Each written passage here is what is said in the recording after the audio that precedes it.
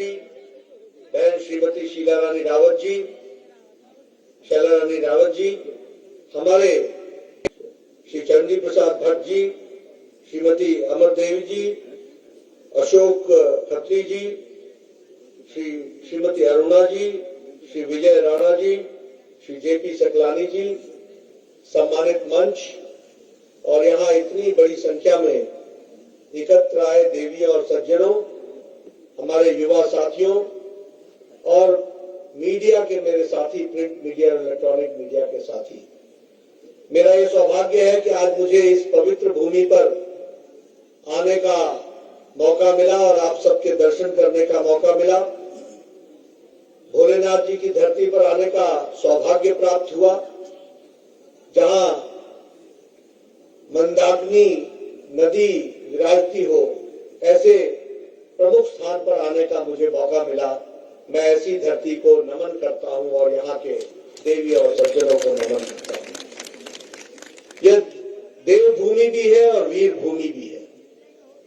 देवता यहाँ बसते हैं और देवताओं के आशीर्वाद से, आप सबके सहयोग से एक नई दृष्टि और दिशा लेकर के हम सब लोग अपनी संस्कृति की रक्षा करते हुए आगे बढ़ते हैं। ऐसे देवभूमि को मैं नमन करता हूं और ऐसे वीर भूमि को भी नमन करता हूं, जिससे हर घर से देश के फौजी प्रहरी जो देश की रक्षा में आन बान शान के साथ खड़े हैं और जिन्होंने अपना सारा जीवन सर्वस्व इस देश की रक्षा के लिए लगाया, ऐसे वीर सपूतों की भूमि को भी मैं नमन करता हूं और उनसे प्रेरणा लेता हूं। मित्रों, चुनाव की बेला है और चुनाव में लोग हर तरीके से अपनी बात को रखने का प्रयास करते हैं। आज चुनाव है, सब नेता आएंगे, कहेंगे मैं ये करूंगा, मैं ये करूंगा, मैं ये करूंगा। जनता के बीच में जाते समय आप एक बात जरूर कहिए, कभी किसी को क्या करेगा इसके आधार पर वोट मत दो, क्योंकि चुनाव में 4 दिन के लुभावने नारे तो सब दे देंगे। किसी को भी तय करना हो तो उसका तय करने का आधार ये होना चाहिए कि उस नेता, उस पार्टी ने पीछे क्या किया है, वही तय करेगा कि वो आगे क्या करने वाला है। इसको हमको याद रखना चाहिए। आप जब रिश्ता करने जाते हो तो क्या पता करते हो कि परिवार का खानदान क्या है, ये तो नहीं पता करते हो कि ये आगे क्या करने वाला। आप हमेशा पता करते हो कि इसका खानदान कैसा है, कैसा चाल चलन है, क्या है, आगे क्या करेगा।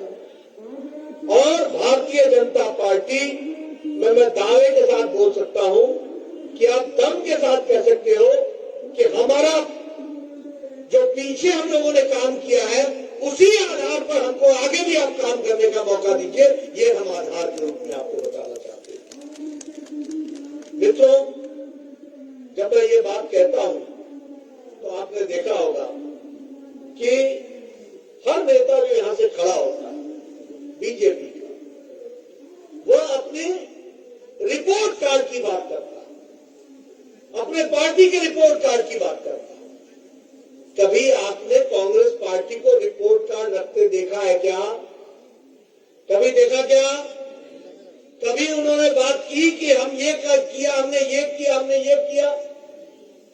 वो हमेशा क्या बात करते हैं, देखो कैंडिडेट नदी के इस पार का है, उस पार वाले वोट देंगे नहीं, इस पार वाले को संभाल लो।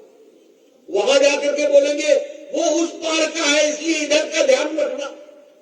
यानी नदी के बीच में भी झगड़ा लगाएंगे, गांव गांव का झगड़ा लगाएंगे, भाई भाई का झगड़ा लगाएंगे, जाति जाति का झगड़ा लगाएंगे और समाज को बांट करके वोट लेंगे। ये कांग्रेस का तरीका है।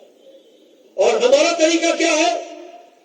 न हम जाति पूछते हैं, न हम इलाका पूछते हैं। हम पूछते हैं तो वो इंसान है, वो उत्तराखंडी है, उसका विकास करना हमारा काम है। इस बात को लेकर के सबका साथ, सबका विकास, सबका विश्वास, सबका प्रयास, और इसीलिए भारतीय जनता पार्टी का सपोर्ट करने की आवश्यकता है। देखिए, हम गांव, गरीब, पिछड़ा, शोषित, दलित समाज के अंतिम पायदान पर जो छूट गया है उसको मुख्य धारा में लाने का काम हम करते हैं। बताइए, हम लोगों ने आयुष्मान भारत के कार्ड दिए कि नहीं दिए? हमने, मोदी जी ने और बाद में हमारी सरकार यहाँ उत्तराखंड में सबको आयुष्मान भारत से जोड़ा कि नहीं जोड़ा? कभी किसी से जाति पूछी, कभी किसी से इलाका पूछा, कभी किसी से धर्म पूछा? बताइए, यहाँ शौचालय दिए कि नहीं दिए? शौचालय पहुंचाया कि दिए कि नहीं दिए? घरों में पहुंचाया कि नहीं पहुंचाया? मित्रों, जब शौचालय की बात मोदी जी करते थे तो यही कांग्रेसी हंसा करते थे कि भारत का प्रधानमंत्री शौचालय की बात कर रहा है। क्यों? क्योंकि ये कांग्रेसी नेता चांदी के चम्मच लेकर के पैदा हुए थे। इनको गरीबी नहीं मालूम थी, इनको आम आदमी नहीं मालूम था, ये मखौल उठाते थे। और आज 11 करोड़ शौचालय बनाए हैं और 11 करोड़ शौचालय देकर के महिलाओं की इज्जत, घर देकर के महिलाओं की इज्जत की रक्षा की है तो मोदी जी ने की है, ये भी हमको याद रखना चाहिए। और आपके यहाँ भी ये संख्या कम नहीं है, 20 लाख से ज्यादा है, 20 लाख इज्जत घर बने। अब कोई गांव नहीं रह गया जहां महिलाएं बाहर जाती हो, कोई गांव ऐसा नहीं रह गया जहां बच्चे बाहर जाते हो।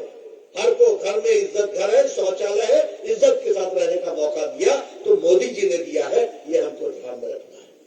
मित्रों, अगर मैं आपसे बात करूं सामाजिक दृष्टि से इस विकास के लिए, अब आप लोग सब लोग जिसको बोलते हैं कि गांव से आते हैं, हमारे यहाँ गांव में क्या होता था? पहले बहनें सुबह उठ करके लकड़ी काटने जाती थी कि नहीं जाती थी? सुबह सुबह उठ करके फिर लकड़ी ला करके चूल्हा जला करके फिर पतिदेव को चाय देती थी और भोजन तैयार करती थी। आजकल क्या है, उज्ज्वला के कारण गैस का कनेक्शन, हाथ में लाइटर, तक से दबाया, चूल्हा जलाया, 5 मिनट में पतिदेव को चाय पिलाया, तैयार किया, उसको भेजा ताकि वो जाके कमा कर लाए। यह आज परिवर्तन आया है। इसकी संख्या कितनी है? 10 करोड़। और आपके यहाँ भी 36 लाख के आसपास लोग हैं जिनको गैस का कनेक्शन दिया गया, उनको गैस पहुंचाई गई। तो एक तरीके से एक नए विकास की कहानी लिखी गई। सौभाग्य योजना, घर घर बिजली, गांव में बिजली है कि नहीं है? पहुंची है कि नहीं पहुंची है? गांव गांव बिजली पहुंची कि नहीं पहुंची? मेरे जमाने में जब मैं एमएलए होगा, तो मैं पहाड़ से ही आता हूं, मेरे जमाने में जब एमएलए होता था तो गांव में जूनियर इंजीनियर जो होता है ना, यहाँ शायद असिस्टेंट इंजीनियर बोलते हैं, जेई बोलते, यहाँ भी जेई बोलते, तो हमारे यहाँ भी वही जेई होता था। तो जेई को जब बोलता था गांव वाला कि बिजली लगा दो, तो बोलता था हट, बिजली लेने आ गए, तार है तेरे पास? जैसे तार व्यक्ति को देनी है, गांव की बात सुना रहा हूं।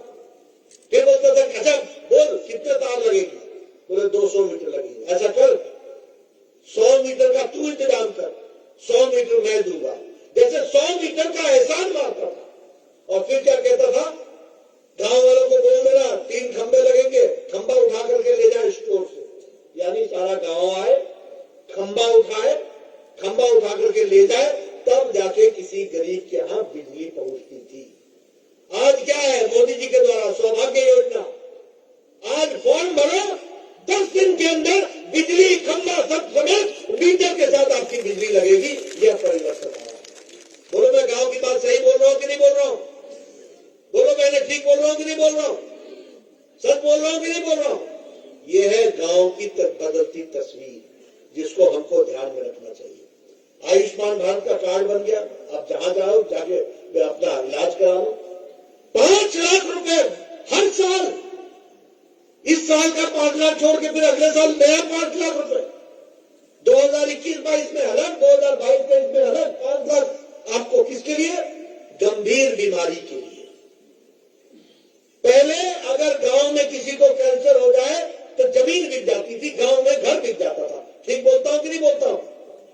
आज चाहे हार्ट का ऑपरेशन कराना हो, चाहे किडनी का ऑपरेशन कराना हो, चाहे कैंसर का इलाज कराना हो, 5 लाख रुपए सालाना हर परिवार के लिए, और यहाँ पर पुष्कर सिंह धामी ने हर व्यक्ति के लिए ये 5 लाख रुपए की व्यवस्था की है, परिवार की व्यवस्था की है। ये आप समझिए। बोलो ये अंतर आया कि नहीं आया? आपके सामने भारतीय जनता पार्टी का राष्ट्रीय अध्यक्ष रिपोर्ट कार्ड रख रहा है कि नहीं रख रहा है? ये हमको समझना चाहिए, इसको हमको ध्यान में रख करके अपने विकास की कहानी को आगे बढ़ाना चाहिए, और उसी चीज को समझ करके अपने आप को चलने की जरूरत है। ये मैं आपसे निवेदन कर रहा हूं। मित्रों, जहां तक इस क्षेत्र का सवाल है, ये तो मोदी जी का क्षेत्र है। ये तो प्रधानमंत्री जी जितना प्यार इस इलाके को करते हैं और जितना अपने आप को यहां से जोड़ के देखते हैं, उतना कोई पवित्र स्थान नहीं है जो वो स्थान को अपना मानते हैं। और इस स्थान के विकास के लिए, केदारनाथ के विकास के लिए पहले 260 करोड़ रुपए फर्स्ट फेज में, दूसरे फेज में 220 करोड़ रुपए, यानी विकास के लिए एक नया आयाम लिखा जा रहा है जिसको आगे बढ़ाने की कोशिश की जा रही है।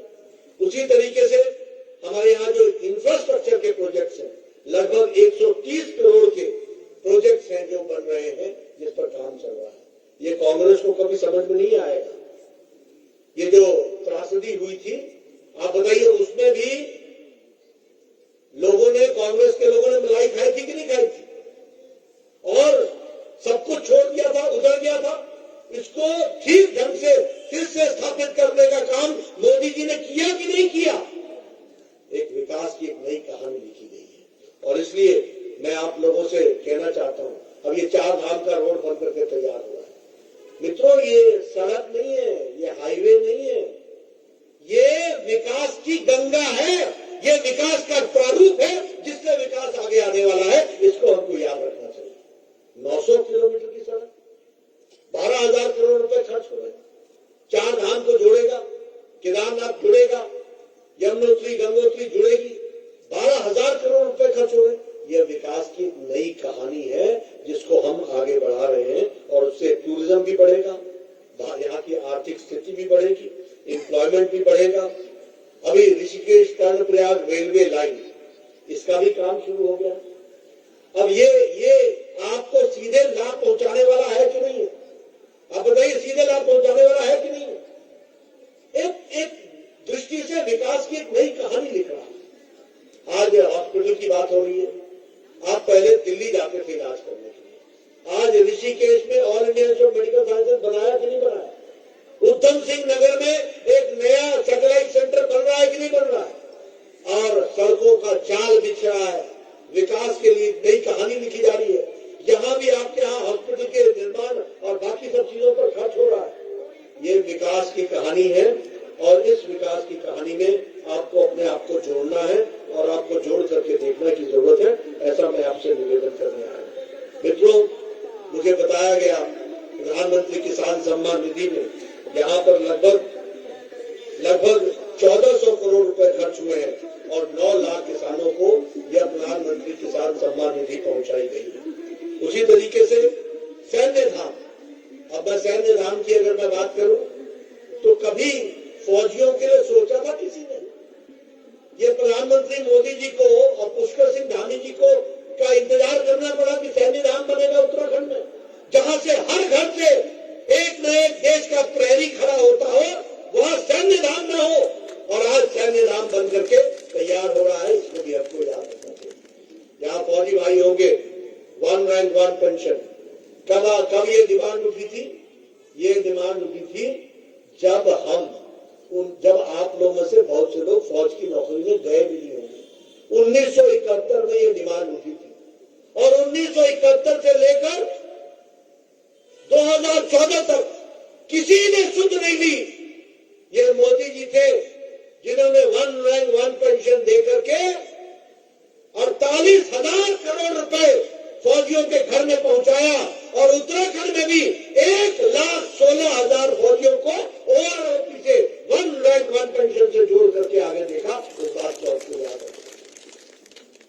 मित्रों, अभी कांग्रेस के नेता राहुल गांधी कह रहे थे कि हेलीकॉप्टर खरीदने से, जहाज खरीदने से, टैंक खरीदने से, राइफल खरीदने से देश मजबूत नहीं होता। एक पूर्व रक्षा कांग्रेसी मंत्री A.K. एंटनी कह रहे थे कि हम इनको कबूल करना होगा। उन्होंने पार्लियामेंट में कहा मैं कबूल करता हूं कि हम ध्यान नहीं दे पाए। चाइना ने अपने स्थान पर अच्छा इंफ्रास्ट्रक्चर बना लिया है, अच्छी सड़कें बना ली है, अच्छा सब कुछ बना लिया है, लेकिन हम नहीं बना पाए। ये उन्होंने कबूल किया। यानी देश को कहां ले जा रहे थे ये लोग? बोलो ऐसे लोगों को देश देना है क्या? ऐसे लोगों को प्रदेश देना है क्या? कहां ले जा रहे थे देश? आज बोलो मोदी जी ने रफेल का बेड़ा ला करके खड़ा कर दिया कि नहीं कर दिया? लड़ाकू जहाज खड़ा हुआ कि नहीं हुआ? चीनोक के बेड़े पहुंचे कि नहीं पहुंचे? एयर स्ट्राइक की तैयारी की कि नहीं की? हर तरीके से लैस किया कि नहीं किया? 1 करोड़ से ज्यादा असॉल्ट राइफल खरीदे गए। बुलेट प्रूफ जैकेट, या बुलेट प्रूफ जैकेट नहीं थे। आज भारत बुलेट प्रूफ जैकेट से तो है ही है, आज भारत दूसरे देशों को भी बुलेट प्रूफ जैकेट दे रहा है। ये ताकत है। आप लोग फौज को जानते हो, पहले क्या होता था? एक फौज का कॉन्वॉय जाता था और कॉन्वॉय में आगे एक लाल झंडा होता था, पीछे एक हरा झंडा होता था। सारी ट्रैफिक रोक दी जाती थी, तब वो एक ब्रिज क्रॉस करते थे। ऐसे ही था पहाड़ों में कि नहीं? ऐसे ही था ना। अब कॉन्वॉय आ गया तो इधर से सीटी बजाते थे, तो फिर एक तरफ से इशारा करते थे तो सारी गाड़ियां निकलती थी। और तब जाकर के 4-4 दिन बाद, 3-3 बाद हमारे फौजी भाई सरहद पर पहुंचते थे। मोदी जी ने 2014 से लेकर के अभी तक 14,000 किलोमीटर सड़क बनाई है और 4 लेन 2 लेन बनाई है और ब्रिजेस के साथ बनाई है। ऑल वेदर रोड बनाया है। चीन के बॉर्डर से लेकर के पाकिस्तान के बॉर्डर तक हमारा फौजी एक दिन के अंदर पहुंचने की ताकत रखता है। ये मोदी की ताकत। आज सामने खड़ा, चीन के सामने भारत का फौजी खड़ा है, हर दृष्टि से तैयार। ये अंतर, ये परिवर्तन कहां पहले 3-3 दिन 4-4 दिन में फौज पहुंचती थी, आज डबल ऐसे ब्रिजेस बने हैं जिसमें दोनों तरफ कन्वॉय चल सकता है बिना रुकावट के, और पूरी पक्की सड़क, ऑल वेदर रोड। इस तरीके की स्थिति आई है। इसलिए मित्रों, एक विकास की एक नई कहानी लिखी जा रही है। इस बार का बजट आया, बजट में 60 लाख नौकरियां 1 साल में दी जाएंगी। प्रोडक्शन लिंक्ड इंसेंटिव के दृष्टि से काम चल रहा है। उसी तरीके से 1 साल के अंदर 25,000 किलोमीटर की सड़क बन रही है और 20,000 करोड़ रुपए खर्च हो रहा है। कभी सोचा था कि मोदी जी की सरकार नहीं थी तो कभी सोचा कि 25,000 किलोमीटर 1 साल में सड़क बनेगी और 4 लेन बनेगी, 6 लेन बनेगी? आज एक तरीके से तस्वीर बदलती हुई हमको दिख रही है, उसको भी हमको याद रखना चाहिए। हर घर नल, आपको जानकर के खुशी होगी कि आपके यहाँ भी हर घर नल, हर घर जल, इसका बड़ा कार्यक्रम चल रहा है। और आने वाले समय में कोई घर ऐसा नहीं होगा और कोई बहन ऐसी नहीं होगी जिसको घैला उठाना पड़ेगा। घर में नल है और नल को खोलिएगा, मोदी जी के द्वारा आपको पानी घर तक पहुंचाया जाएगा। हर घर जल, इसका व्यवस्था की, और इसके लिए 1 साल के अंदर 60,000 करोड़ रुपए की व्यवस्था की गई है। उसी तरीके से प्रधानमंत्री आवास योजना, कोई व्यक्ति गरीब अब बिना पक्के छत के नहीं रहेगा।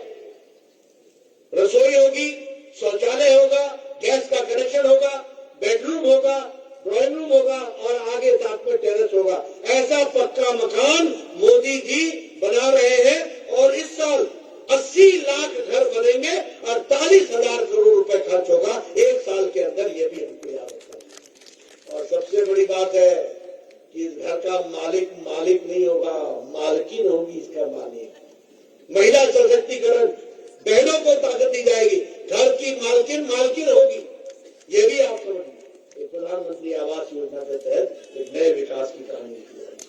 पर्वतमाला के तहत रोपवे के लिए 60 किलोमीटर 1 साल में रोपवे बनने वाला है। आप फिर से पुष्कर धामी की सरकार बनाएंगे, डीपीआर तैयार होगी, यहाँ पर भी आपको 60 किलोमीटर की दृष्टि से रोपवे का काम टूरिस्ट के लिए भी आएगा, फौज के लिए भी आएगा, सामान ढोने के लिए भी आएगा। तीनों तरीके के रोपवे बनेंगे और तीनों तरीके की व्यवस्था होगी, उसको हम करने वाले हैं। मैंने आपके सामने डबल इंजन की सरकार का नतीजा आपको बताया है। 4 धाम की सड़क, ऋषिकेश में एम्स, हर तरीके की फैसिलिटी। उसी तरीके से हमारे यहाँ पर 3 डॉपलर लगे हैं, हमारे अनिल बलूनी जी का विशेष योगदान है, जिन्होंने इसको काम किया। और आज हमारे बीच में नहीं रहे जनरल बिपिन सिंह रावत जी, उन्होंने फौज की तरफ से बड़ी मदद की। आज उत्तराखंड में 1 साल के अंदर 3 डॉपलर लग गए। डॉपलर का मतलब जो आपको 24 घंटे पहले बता देगा कि इस बादल फट सकता है और इसका नुकसान हो सकता है, इसकी व्यवस्था करने की व्यवस्था की जाएगी, ताकि हमारे लोग जान माल का खतरा न हो, इस बात को भी व्यवस्था की गई। उसी तरीके से हमारे यहाँ हल्द्वानी रिंग रोड और बाकी सारी डेवलपमेंट बताना चाहे तो मैं बहुत बता सकता हूँ। चाहे फिर वो यहाँ लॉ यूनिवर्सिटी बन रही है, फिर चाहे यहाँ पर रबर और प्लास्टिक इंजीनियरिंग का इंस्टीट्यूट आ रहा है, चाहे यहाँ पर अन्य दृष्टि से ऑल इंडिया इंस्टीट्यूट आ रहा है। एक विकास की एक नई कहानी लिखी जा रही है। और मित्रों, जहाँ से मोदी जी को इतना प्यार हो, और जब मोदी जी ने कहा कि अगला दशक उत्तराखंड का दशक है, तो याद रखना मोदी जी की कही हुई बात, उसकी गहराई होती है, उसमें एक दिशा होती है, उसमें एक दृष्टि होती है। और उन्होंने कहा है तो याद रखना अगला दशक उत्तराखंड को एक नई छलांग के साथ दिखेगा। ये भी मैं आपको विश्वास के साथ कहना चाहता हूँ। इसलिए मित्रों, आप सबसे मेरा निवेदन है कि आप भारतीय जनता पार्टी के कार्यकर्ताओं को, हमारे अपने सभी लोगों को भारतीय जनता पार्टी को स्थान स्थान पर चुनाव जिताए। हमारी प्रत्याशी शैला रानी जी है। आपको मालूम है कि सब लोग हर समय हर एक तरीके से आपकी सेवा में लगी रहती है। भारतीय जनता पार्टी सभी लोगों की चिंता करने वाली है। आप इनकी चिंता कीजिए, बाकी चिंता मैं करूंगा, ये मैं आपको जरूर बताना चाहता हूँ। उसी तरीके से हमारे जो पूर्व प्रत्याशी भी नहीं है, सबको हम संभाल करके आगे लेकर के मुख्य धारा में चलने वाले लोग हैं। हम पार्टी को परिवार समझते हैं, सबको साथ लेकर के चलते हैं। इसलिए हम सबको आगे भी बढ़ाएंगे, सबका ध्यान रखेंगे, लेकिन आप इनको आशीर्वाद दीजिए। ये सिर्फ विधानसभा की विधायक नहीं बनने वाली है, ये विधानसभा में एंट्री नहीं होने वाली है। इनके माध्यम से इस क्षेत्र को एक नए तरीके से विकास का माध्यम बनेगा, इस बात को हमको याद रखना चाहिए। इसलिए मैं आपसे ये निवेदन करने आया हूँ कि इस पवित्र भूमि से पवित्र संकल्प लेकर के हम चले। जहाँ तक कांग्रेस पार्टी का सवाल है, ऐसी पुण्य भूमि पर पवित्र बातों में उस अपवित्र बात की बात करें, इसकी कोई आवश्यकता है नहीं। लेकिन अब ये इंडियन नेशनल कांग्रेस तो रह नहीं गई, न ये भारतीय है, और राष्ट्रीयता कितना है ये भी आपको मालूम है, आता ही होगा। और पार्टी तो रही नहीं गई है, ये तो भाई बहन की पार्टी हो गई है, परिवार की पार्टी हो गई है। यहाँ तो लोग आत्म सम्मान को गिरवी रख करके ही पार्टी में काम करते हैं, कोई विचारों की पार्टी तो है नहीं। विचारों की पार्टी है तो एकमेव भारतीय जनता पार्टी है, याद रखना। इसको मैं आपको कहना और कहने के नहीं कह रहा हूं, हम सत्ता पर बैठने नहीं आते। अगर आपने सत्ता पर बैठाया तो बताइए, धारा 370 को धाराशाही कर दिया कि नहीं कर दिया? जम्मू कश्मीर को, अभिनंदन को जोड़ लिया कि नहीं जोड़ लिया? संपूर्णता से जुड़ा कि नहीं जुड़ा? लगभग 156 कानून भारत के लागू नहीं होते थे जम्मू कश्मीर, आज लागू हो गए। बोलिए, कांग्रेस पार्टी राम जन्मभूमि को लटकाना, भटकाना, अटकाने का काम करती थी कि नहीं करती थी? अब भव्य राम मंदिर वहां बन रहा है। बोले, केदारपुरी में जीर्णोद्धार हुआ कि नहीं हुआ? पूरा परिवर्तित हुआ कि नहीं हुआ? आदि शंकराचार्य जी की समाधि बनी कि नहीं बनी? हर तरीके का काम विकास के लिए हो रहा है कि नहीं हो रहा है? इसलिए देश की रक्षा, संस्कृति की रक्षा, अध्यात्म की रक्षा, विकास, नौजवानों की चिंता, महिलाओं की चिंता, गरीब आदमी की चिंता, अंतिम पायदान पर खड़ा व्यक्ति की चिंता करती है तो भारतीय जनता पार्टी करती है। और दूसरे लोग कमीशन कमीशन कमीशन कमीशन ही मिशन है, यही भ्रष्टाचार। आप बताइए, कांग्रेस के टाइम में भ्रष्टाचार हुआ था कि नहीं हुआ था? हुआ था कि नहीं हुआ था? ये भ्रष्टाचार के साथ ही चलते हैं। करप्शन और कांग्रेस ये दोनों पर्यायवाची हैं, एक ही सिक्के के दो पहलू हैं, ये उसके बगैर चल नहीं सकते। और हमारे लोग लोगों की सेवा के लिए जुटते हैं। इसलिए मैं आपसे फिर से निवेदन करने आया हूं, ज्यादा समय न लेता हुआ आपसे मैं निवेदन कर करने आया हूं कि शैला रानी जी को जिताइए, चुनाव में भारतीय जनता पार्टी का सहयोग कीजिए, गांव गांव जाइए, दूर दूर घर घर जाइए। मैं तो पहाड़ से 3 बार एमएलए बनकर के आया हूं, मुझे मालूम है पहाड़ में वोट मांगने का मतलब क्या होता है। एक पहाड़ में इधर चढ़ो, एक घर देखो, फिर दूसरा घर उधर देखो, सब जगह घूमो। लेकिन कैंडिडेट भी करेंगे, आप भी हर घर जाकर के मोदी जी का संदेश पहुंचाइए, हर घर जाकर के पुष्कर धामी जी का संदेश पहुंचाइए। इन्हीं शब्दों के साथ बहुत बहुत धन्यवाद। जय भारत, जय उत्तराखंड। भारतीय जनता पार्टी।